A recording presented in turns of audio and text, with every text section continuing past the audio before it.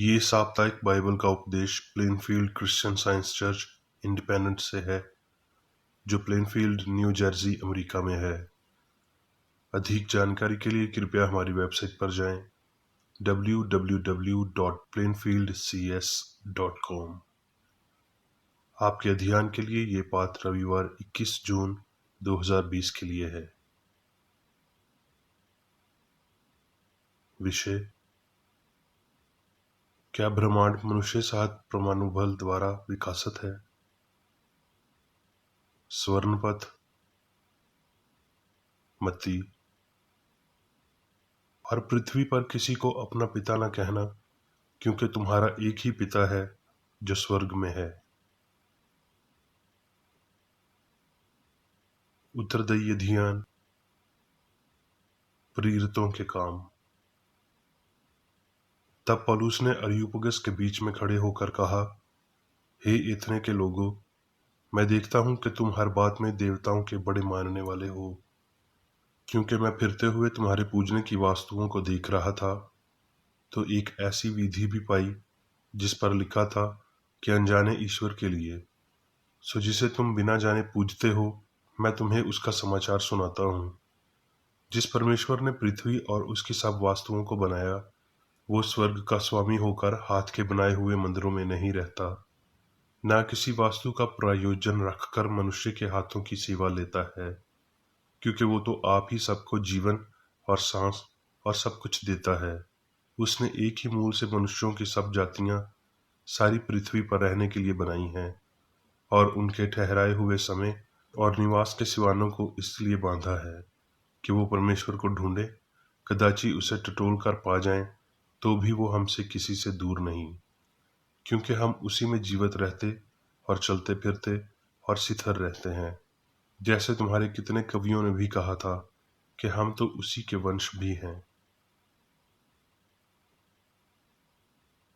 पाठ उपदेश बाइबल में से अय्यूब।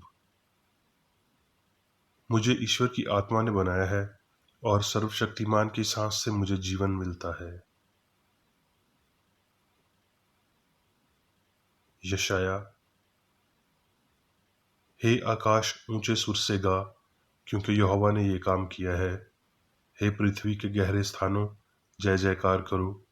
हे पहाड़ों, हे वान के सब वृक्षों, गला खोलकर ऊंचे सुर से गाओ, क्योंकि यहोवा ने याकूब को छुड़ा लिया है, और इसलिए मैं महिमावान हूँगा। यहोवा तेरा उद्धार करता, जो तुझे गर्भ ही से बनाता आया है, यूं कहता है, मैं यहोवा ही सबका बनाने वाला हूँ, जिसने अकेले ही आकाश को ताना और पृथ्वी को अपनी ही शक्ति से फैलाया है। यशाया। मैं तेरे आगे आगे चलूंगा और ऊंची ऊंची भूमि को चौरस करूंगा। मैं पीतल के किवाड़ों को तोड़ डालूंगा और लोहे के बेड़ों को टुकड़े टुकड़े कर डालूंगा। मैं तुझको अंधकार में छिपा हुआ और गुप्त स्थानों में गड़ा हुआ दान दूंगा, जिससे तू जानेगा कि मैं इस्राएल का परमेश्वर यहोवा हूँ, जो तुझे नाम लेकर बुलाता है। मैं ही ने पृथ्वी को बनाया और उस पर मनुष्यों को सिरजा है। मैंने अपने ही हाथों से आकाश को ताना और उसके सारे गणों को आज्ञा दी है। मैं ही ने उस पुरुष को धार्मिकता से उभारा है, और मैं उसके सब मार्गों को सीधा करूंगा। उत्पत्ति। इब्राम की पत्नी साराई की कोई संतान न थी। उत्पत्ति। जब इब्राम 99 वर्ष का हो गया, तब यहोवा ने उसको दर्शन देकर कहा, मैं सर्वशक्तिमान ईश्वर हूँ, मेरी उपस्थिति में चल और सिद्ध होता जा, और मैं तेरे साथ वचा बांधूंगा और तेरे वंश को अति अंत ही बढ़ाऊंगा। सो अब से तेरा नाम अब्राम न रहेगा, परंतु तेरा नाम इब्राहिम होगा, क्योंकि मैंने तुझे जातियों के समूह का मूला पिता ठहरा दिया है। और मैं तुझे अति अंत ही फैलाऊंगा, और तुझको जाति जाति का मूल बना दूंगा, और तेरे वंश में राजा उत्पन्न होंगे। फिर परमेश्वर ने इब्राहिम से कहा, तेरी जो पत्नी साराई है, उसको तू साराई न कहना, उसका नाम सारा होगा, और मैं उसको आशीष दूंगा और तुझको उसके द्वारा एक पुत्र दूंगा, और मैं उसको ऐसी आशीष दूंगा कि वो जाति जाति की मूल माता हो जाएगी, और उसके वंश में राज्य राज्य के राजा उत्पन्न होंगे। तब इब्राहिम मुंह के बल गिर पड़ा और हंसा, और मन ही मन कहने लगा, क्या 100 वर्ष के पुरुष का भी संतान होगा? और क्या सारा जो 90 वर्ष की है पुत्र जनेगी?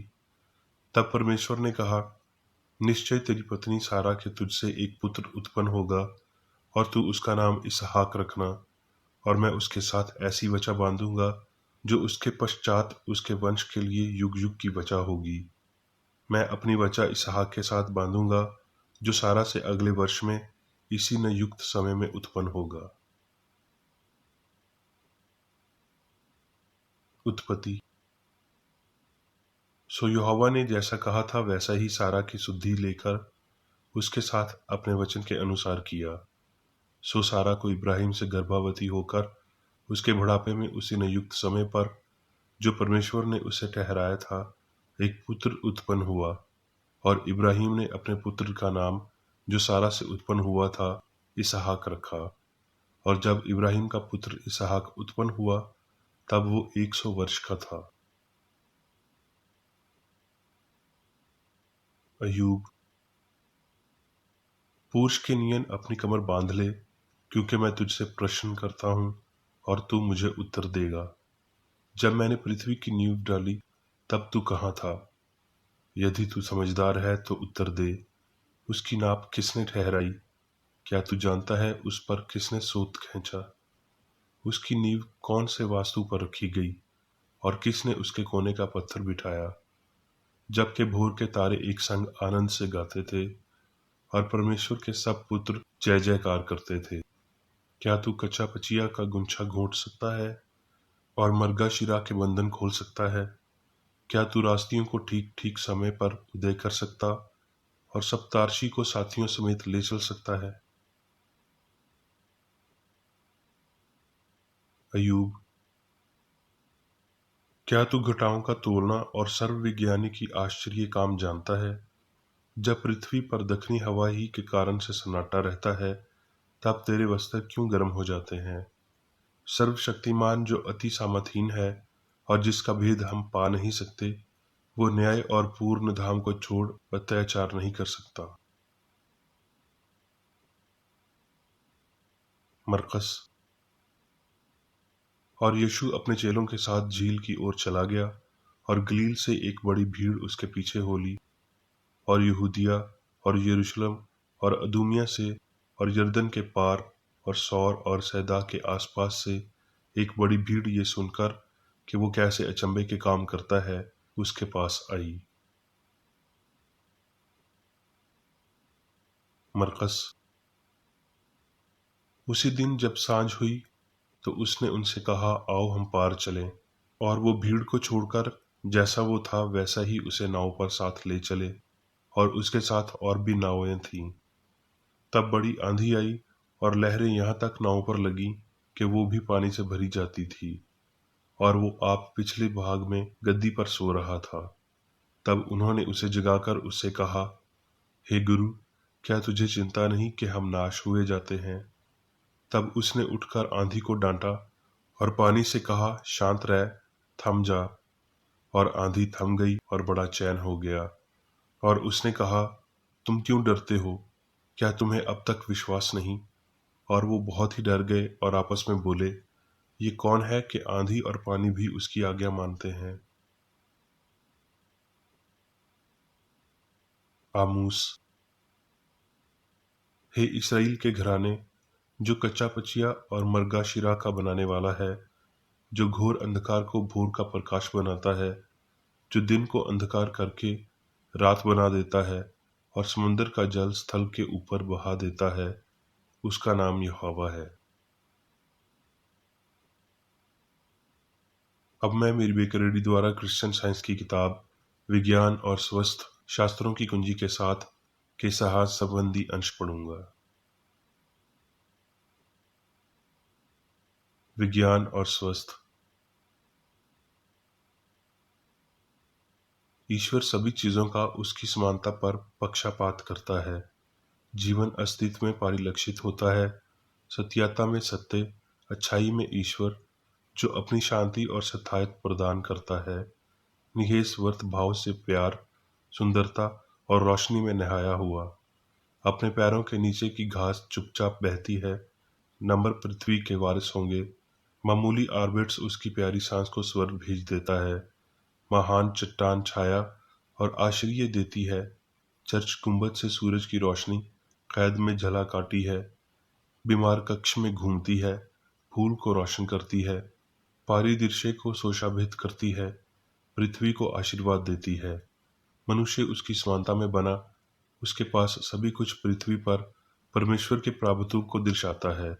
भगवान के साथ विश्वास और शाश्वत के रूप में पुरुष और महिला हमेशा के लिए अनंत पिता माता भगवान की महिमा में परिलक्षित होते हैं। ईश्वर ब्रह्मांड को बनाता है। आध्यात्मिक समझ का प्रकाश केवल अनंत की झलक देता है। यहाँ तक कि नेबुला भी अंतरिक्ष की अप्रापक्वता को दर्शाता है। तथाकथित खांज, सब्जी और पशु अब पदार्थ या सामग्री संरचना से अधिक आकस्मिक नहीं है। जब सभी के सितारे एक साथ गाते हैं, मन ने पृथ्वी में होने से पहले खेत का पौधा बनाया। आध्यात्मिक स्वर्गारोहण के काम मन की रचना के दिन और मौसम है, जिसमें सौंदर्य, उदात्तता और पवित्रता, हंदीय प्रकृति मनुष्य में प्रकट होती है और ब्रह्मांड से कभी गायब नहीं होती। ब्रह्मांड आध्यात्मिक विचारों से भरा है, जिसे वो विकसित करता है, और वो मन का आज्ञाकारी है जो उन्हें बनाता है। पिता माता देवता का नाम है, जो उनकी आध्यात्मिक रचना के कोमल संबंधों को इंगित करता है, जैसा कि प्रेरित ने उसे उन शब्दों में व्यक्त किया है जो उसने एक क्लासिक कवि से मंजूर होने के साथ उद्धृत किए थे, क्योंकि हम भी उसकी संतान हैं। मन विचारों में अपनी समानता बनाता है और एक विचार का पदार्थ गैर बुद्धिमान पदार्थ के कथित पदार्थ होने से बहुत दूर है। इसलिए पिता मन पदार्थ का पिता नहीं है। भौतिक इंद्रियां और मानव अवधारणाएं आध्यात्मिक विचारों को भौतिक विश्वासों में अनुवादित करेंगी और कहेंगी कि मानव सिद्धांत अनंत सिद्धांत के बजाय ईश्वर, दूसरे शब्दों में दिव्य प्रेम बारिश का जानिक है, जो ओस की बूंदों की भीख मांगता है, जो अपने मौसम में मुजाजरोत को आगे लाता है और अपने बेटों के साथ आरका तोरास का मार्गदर्शन कराता है। मनुष्य साथ ब्रह्मांड का सही सिद्धांत भौतिक इतिहास में नहीं, बल्कि आध्यात्मिक विकास में है। प्रेरित विचार ब्रह्मांड की एक सामग्री, कामुक और नश्वर सिद्धांत को त्यागता है और आध्यात्मिक और अमरता को अपनाता है। ये पवित्र शास्त्र की आध्यात्मिक धारणा है, जो मानवता को बीमारी और मृत्यु से बचाती है और विश्वास को प्रेरित करती है। जब हम अस्पष्ट आध्यात्मिक शक्ति के साथ बात करते हैं, जब हम अपने सिद्धांतों में ऐसा करते हैं, तो निश्चित रूप से हम वास्तव में इस बात का समर्थन नहीं कर सकते कि ये क्या है और क्या नहीं कर सकता है। हम सर्वशक्तिमान को भंग कर देते हैं। ऐसे सिद्धांतों के लिए दो चीज़ों को नेतृत्व करते हैं। वो या तो पदार्थ के आत्म विकास और सर्व सरकार को देखते हैं, या फिर वो मानते हैं कि पदार्थ आत्मा का उत्पाद है। इस दुविधा की पहली शाख को जब्त करने और पदार्थ को स्वयं की शक्ति के रूप में विचार करने के लिए अपने स्वयं के ब्रह्मांड से निर्माता को छोड़ना है। दुविधा की दूसरी शाख को समझकर और ईश्वर को पदार्थकार माता मानते हुए न केवल उसे सभी आपदाओं, भौतिक न कि नैतिक के लिए जिम्मेदार बनाना है, बल्कि उसे अपने स्रोत के रूप में घोषित करना है।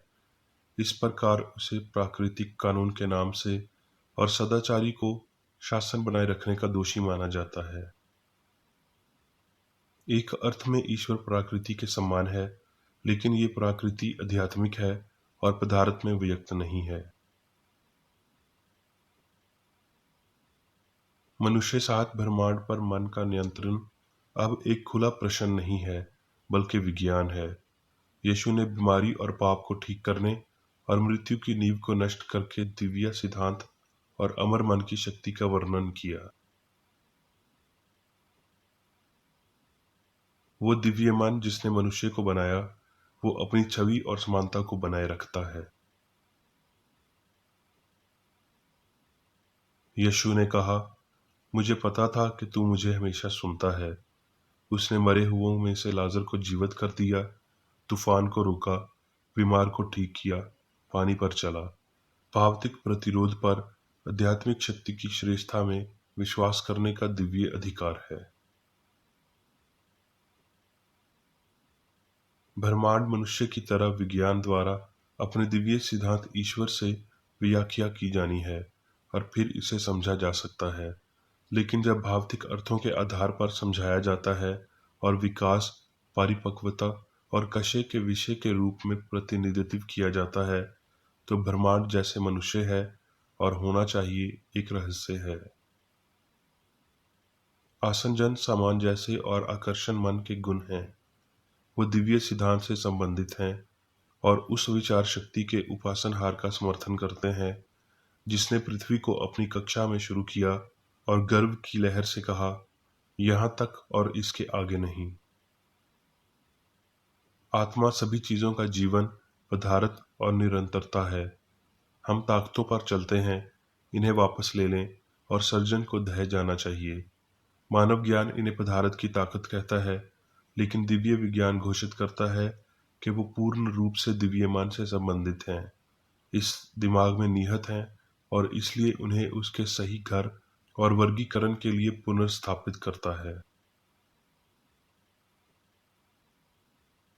सूर्य केंद्रीय शांति है जहाँ तक हमारे सूर्यमंडल का संबंध है, और पृथ्वी सूर्य के गिर्द एक वर्ष में एक बार घूमती है। इसके अलावा अपनी धुरी पर दैनिक रूप से घूमती है। जैसा कि संकेत किया गया है, खगोलीय आदेश ईश्वरीय सिद्धांत की कार्रवाई का अनुकरण करता है और ब्रह्मांड भगवान का प्रतिबिंब। इस प्रकार आध्यात्मिक तथ्य को निकट लाया जाता है और ये ईश्वरीय विज्ञान से संबंधित है, जैसे कि ब्रह्मांड की चिरस्थायी सरकार में प्रदर्शित होता है। दिव्य सिद्धांत और विचार आध्यात्मिक सिद्धभाव का घाटन करते हैं। स्वर्ग और अनंत काल। सत्य के ब्रह्मांड में सामग्री अज्ञात है। त्रुटि का कोई भी दबाव वहां प्रवेश नहीं करता है। ईश्वरीय विज्ञान ईश्वर का शब्द त्रुटि पर अंधेरे के लिए कहता है।